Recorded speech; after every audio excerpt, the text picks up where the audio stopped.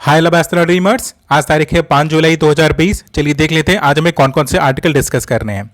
आज संडे है तो आज हमारे पास साइंस एंड टेक के आर्टिकल होंगे डिस्कस करने के लिए। साइंस टेक में हमारे पास पहला आर्टिकल है जो डिस्कस करने के लिए, वो रमन स्पेक्ट्रोस्कोपी के रिगार्डिंग है। सबसे पहले हम ये समझ लेते हैं कि स्पेक्ट्रोस्कोपी होता क्या है। लाइट को उसके वेरियस पार्ट में डिवाइड करना ही स्पेक्ट्रोस्कोपी कहलाता है। कि मीन लाइट होता क्या है कि एक जो वाइट कलर होता है लाइट का, तो वो वेरियस कलर से मिल करके बना होता है। तो स्पेक्ट्रोस्कोपी में करते क्या है कि उसी को वेरियस पार्ट्स में हम डिवाइड कर देते हैं, राइट।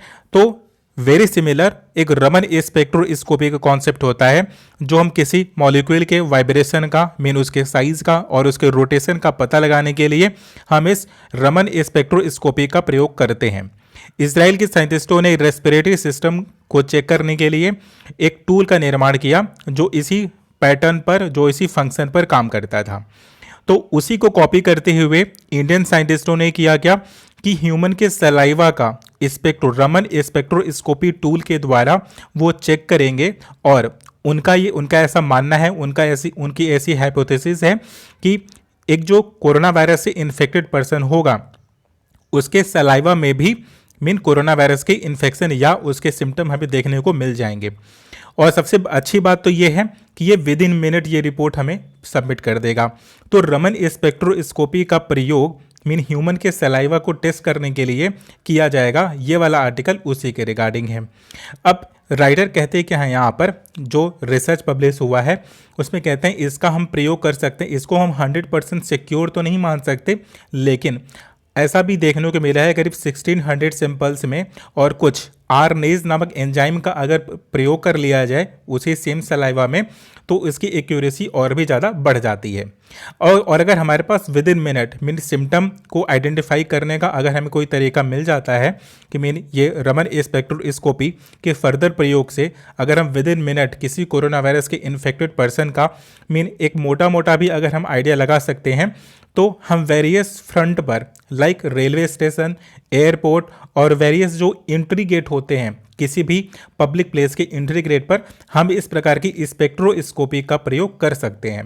उसके बाद अगर हमें ये पता लग जाता है कि ये पर्सन कोरोना वायरस से इन्फेक्टेड या इसके अंदर थोड़ा सा भी सिम्टम है, तो हम उसे फिर RT-PCR के टेस्टिंग के लिए हम भेज सकते हैं, जिससे हमें ये पता चल जाएगा कि क्या वो वास्तव में कोरोना वायरस से इन्फेक्टेड पर्सन है या नहीं है। ठीक है, तो जो यूजुअली होता क्या है कि एक टेस्टिंग करने में 2 से 3 दिन का समय लग जाता है, लेकिन इस रमन स्पेक्ट्रोस्कोपी के टूल के द्वारा हम कोई पर्सन मीन उसके बॉडी से क्या लेंगे, उसका सलाइवा ले लेंगे। सलाइवा बेसिकली होता क्या है कि हर ह्यूमन के माउथ में पाया जाता है, कोई भी, चाहे वो एनिमल हो चाहे वो ह्यूमन हो। सलाइवा के बारे में बोला जाता है कि 98% उसमें वाटर होता है, बाकी 2% में वेरियस इंपॉर्टेंट एंजाइम या इलेक्ट्रोलाइट्स भी उसमें होते हैं। तो उसी इलेक्ट्रोलाइट्स और उसी पार्ट्स को स्पेक्ट्रोस्कोपी करेगा, क्या उसे मेजर करेगा और उसी में वो सिम्टम फाइंड आउट करने की कोशिश करेगा। अभी ये रिसर्च मीन इनिशियल फेज में है, बट राइटर मीन जो इनका होप है, जो इनका ऑब्जेक्टिव है वो यही है कि एयरपोर्ट हो गया, रेलवे स्टेशन हो गया और भी पब्लिक गैदरिंग वाले जितने भी प्लेसेस हैं वो वहाँ के एंट्री गेट पर इस प्रकार की स्पेक्ट्रोस्कोपी का वो प्रयोग करना चाह रहे हैं। हमारा ये वाला आर्टिकल डिस्कस हो गया। नेक्स्ट वन आर्टिकल है डिस्कस करने के लिए, वो है सेरोलॉजिकल टेस्ट। अब सेरोलॉजिकल टेस्ट होता क्या है? सेरोलॉजिकल टेस्ट एक प्रकार का ब्लड टेस्ट है। किसी के बॉडी से हम ब्लड निकालेंगे और फिर हम उसका क्या करेंगे, सेरोलॉजिकल टेस्ट करेंगे। सेरोलॉजिकल टेस्ट करता क्या है, वो एंटीबॉडी चेक करता है कि कोई पर्सन किसी कोरोना वायरस के इन्फेक्शन के कांटेक्ट में अगर आया रहता है तो उसके बॉडी के अंदर एक नेचुरल इम्यूनिटी सिस्टम डेवलप होने लगता है, एंटीबॉडी डेवलप होने लगता है। तो सेरोलॉजिकल टेस्ट करेगा क्या, उसी एंटीबॉडी का पता लगाएगा कि क्या किसी ह्यूमन के अंदर वो एंटीबॉडी डेवलप हो रही है क्या। अगर एंटीबॉडी डेवलप हो रही है मतलब वो पर्सन उस कॉन्टेक्ट मीन कोरोना वायरस से या कोरोना वायरस से इन्फेक्टेड पर्सन के कॉन्टेक्ट में आया हुआ है। और अगर सेरोलॉजिकल टेस्ट अगर उसका पॉजिटिव पाया जाता है, इट्स मीन कि वो कोरोना वायरस से इन्फेक्टेड है। और अगर सेरोलॉजिकल टेस्ट अगर उसका नेगेटिव पाया जाता है तो इसका मतलब ये हुआ कि वो कोरोना वायरस से इन्फेक्टेड नहीं है।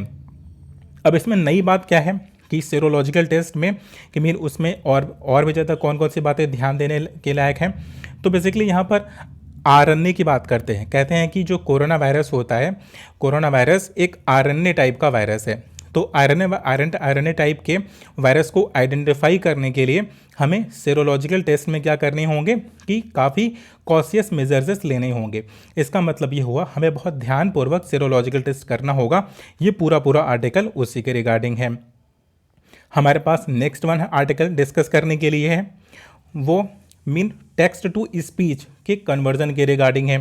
अब आप कहोगे कि टेक्स्ट टू स्पीच का कन्वर्जन तो आज भी हो जाता है, क्योंकि आप द हिंदू के या वेरियस एप्लीकेशन पे जब आप जाते हो तो वहाँ पर आपको एक ऑप्शन मिलता है कि अगर आप उस स्पीकर पर मीन पुश करते हो या क्लिक करते हो तो जो भी लिखा हुआ है वो सब एक कंप्यूटराइज फॉर्म में क्या होने लगता है, बोलने लगता है। तो फिर अब आईआईटी मद्रास के जो स्टूडेंट हैं और जो रिसर्चर हैं तो इसमें नया क्या ढूंढ रहे हैं, बिल्कुल नया ढूंढ रहे हैं। उसमें वो कर क्या रहे हैं, वो एक सिंथेटाइज फॉर्म उसका निकाल रहे हैं। अब देखो सिंथेसिस का मतलब ये हुआ कि अगर हम कोई भी लैंग्वेज बोलते हैं या कोई भी भाषा का अगर हम प्रयोग करते हैं तो हमें किसी एक शब्द के बाद या किसी एक सेंटेंस के बाद कितना पॉज लेना है, कितना हमें रुकना है और किस वर्ड को कितनी एम्फेसिस के साथ हमें बोलना है। कह रहे हैं ये एक जो कंप्यूटर अभी राइट नाउ जो टेक्स्ट टू मीन जो स्पीच है उसमें इन चीज़ों का ध्यान नहीं रखा जाता है।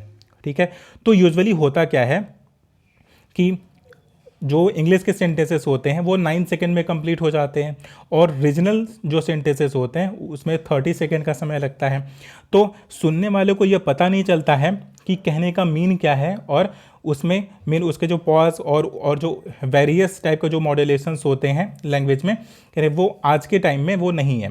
तो आईआईटी मद्रास के जो साइंटिस्ट हैं वो ये आइडेंटिफाई करने की कोशिश कर रहे हैं कि हम वेरियस लैंग्वेजेस को, एक लैंग्वेज को नहीं, अभी केवल इंग्लिश में अवेलेबल होता है, हम वेरियस लैंग्वेजेस को करेंगे क्या कि रीजन के कई 10 से 12 वो लैंग्वेजेस की बात करते हैं कि हम उनके 10 आवर के लेक्चर्स को रिकॉर्ड करेंगे। कि मैंने एक ह्यूमन करेगा क्या कि 10 घंटे का लेक्चर रिकॉर्ड करेगा, हम उसके 10 घंटे के लेक्चर को 5 आवर के फॉर्म में हम उसे ब्रेक करेंगे और उसके बाद हम उसके बेसिस पर सॉफ्टवेयर का निर्माण करना स्टार्ट करेंगे कि कोई भी टेक्स्ट अगर लिखा हुआ है तो उसे किसी भी लैंग्वेज में कन्वर्ट किया जा सके एक स्पीकर के फॉर्म में। अब इनका ऑब्जेक्टिव क्या है, ये कहते क्या है कि हमें वेरियस टाइप के जो सेंसिटिव स्पीच होते हैं जो हमें देना होता है तो उसके प्रोनाउंसिएशन में और उसमें कोई एरर ना हो जाए, क्योंकि हमें समटाइम होता है क्या है कि किसी प्रकार की वेरियस चीज़ों को हमें अनाउंस करना होता है और वेरियस लैंग्वेजेस में अनाउंस करना होता है। तो जो स्पीकर होता है कह रहे हैं समटाइम उससे गलतियां हो जाती हैं, बट आईआईटी मद्रास के साइंटिस्ट कह रहे हैं यहाँ पर इस एरर को रिमूव करने के लिए वो अपने टूल का प्रयोग करना चाहते हैं। और रिसेंट में जो उन्होंने पब्लिश किया है उसका प्रोसीजर उन्होंने यही बताया है कि वो 10 आवर का वेरियस लैंग्वेजेस के लेक्चर्स को लेंगे, उसे वेरियस पार्ट्स में डिवाइड करेंगे और आर्टिफिशियल इंटेलिजेंस का सहारा लेते हुए ऐसी मशीन का निर्माण करेंगे कि कोई भी टेक्स्ट हो उसको वो एक वॉइस स्पीच में परिवर्तित कर देगा। तो हमें रेडियो फॉर्म में, हमें एयरपोर्ट पर, हमें वेरियस अनाउंसमेंट में एक ऐसा मॉड्यूलेशन मीन एक सिंथेसाइज्ड फॉर्म में कि जिस प्रकार से एक ह्यूमन बोलता है अगर बिल्कुल उस तरह से बोलता हुआ हमें एक मशीन मिल जाएगा। अभी क्या होता है कि एक रोबोटिक टाइप की एक वॉइस होती है जो समटाइम होता है क्या कि ऑडिबल नहीं होता, हम अंडरस्टैंड नहीं कर पाते हैं और एम्बिग्विटी या कन्फ्यूजन उसमें बना रहता है। तो उसी कन्फ्यूजन को दूर करने के रिगार्डिंग ये वाला आर्टिकल है। अब हम अपने नेक्स्ट वन आर्टिकल की ओर मूव करेंगे। हम देखिए एक यूनिट है 1 बायरा का मतलब होता है कि 3.4 बिलियन ईयर एगो। तो जो अर्थ का निर्माण होता है तो वो 3 बायरा की बात कर रहे हैं कि मीन इसका मतलब ये हुआ कि 3.4 बिलियन ईयर एगो की हुआ क्या कि अर्थ का निर्माण होता है। कभी भी अर्थ पर मीथेन की अगर संख्या ज़्यादा है, ऑक्सीजन की संख्या अगर कम है तो किसी भी एनिमल के लिए, किसी भी ह्यूमन के लिए वो बिल्कुल भी अच्छा नहीं होता है। लेकिन 3.4 बिलियन ईयर के पश्चात हमें अर्थ का इमरजेंस हमें देखने को मिलता है और उसके भी 2 बायरा का मतलब ये हुआ कि 6.8 बिलियन ईयर के बाद हमें क्या देखने को मिलता है कि ऑक्सीजन जो आज के जो एक वेस्ट होता है, उस वक्त की जो कीटाणु हुआ करते थे, बैक्टीरियाज हुआ करते थे, कि उन्होंने किया क्या कि एक वेस्ट का निर्माण किया। वेस्ट मतलब कि ऑक्सीजन। तो राइटर उसको थैंक यू बोलते हैं, कहते हैं कि हमें उसे थैंक यू बोलना चाहिए कि ऑक्सीजन का निर्माण ही जस्ट उन्हीं बैक्टीरिया या उन्हीं एंजाइम के वेस्ट की वजह से हुआ था, जिसकी वजह से जो आज का ह्यूमन है अपनी एनर्जी का एक बड़ा पार्ट उसी ऑक्सीजन से गेन करता है। अब उसमें एक और यहाँ पर कॉन्सेप्ट लेकर के आते हैं, रिएक्टिव ऑक्सीजन की बात कर रहे हैं। अब देखिए रिएक्टिव ऑक्सीजन क्या होता है कि जो ह्यूमन होता है ना, ह्यूमन के सेल में भी कह रहे हैं एक प्रकार का ऑक्सीजन के मॉलिक्यूल जनरेट होते हैं, उसे ROS बोलते हैं। तो अब ह्यूमन हो या कोई भी एनिमल हो तो वो वेरियस टाइप के जो ऑक्सीजन मॉलिक्यूल का निर्माण करता है, और अर्थ पर एक वेरियस टाइप का एक हमें अलग सा इंग्रेडिएंट देखने को मिल जाता है, वो भी ऑक्सीजन का।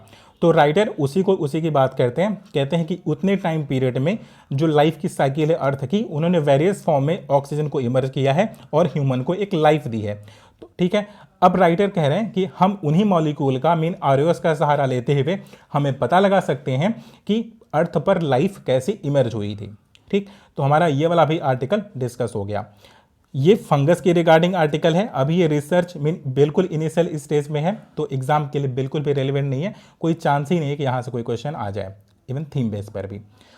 Thank you so much for watching, क्योंकि ज़्यादातर रिलेवेंट आर्टिकल मैंने सब डिस्कस कर लिए हैं। Thank you for watching the video.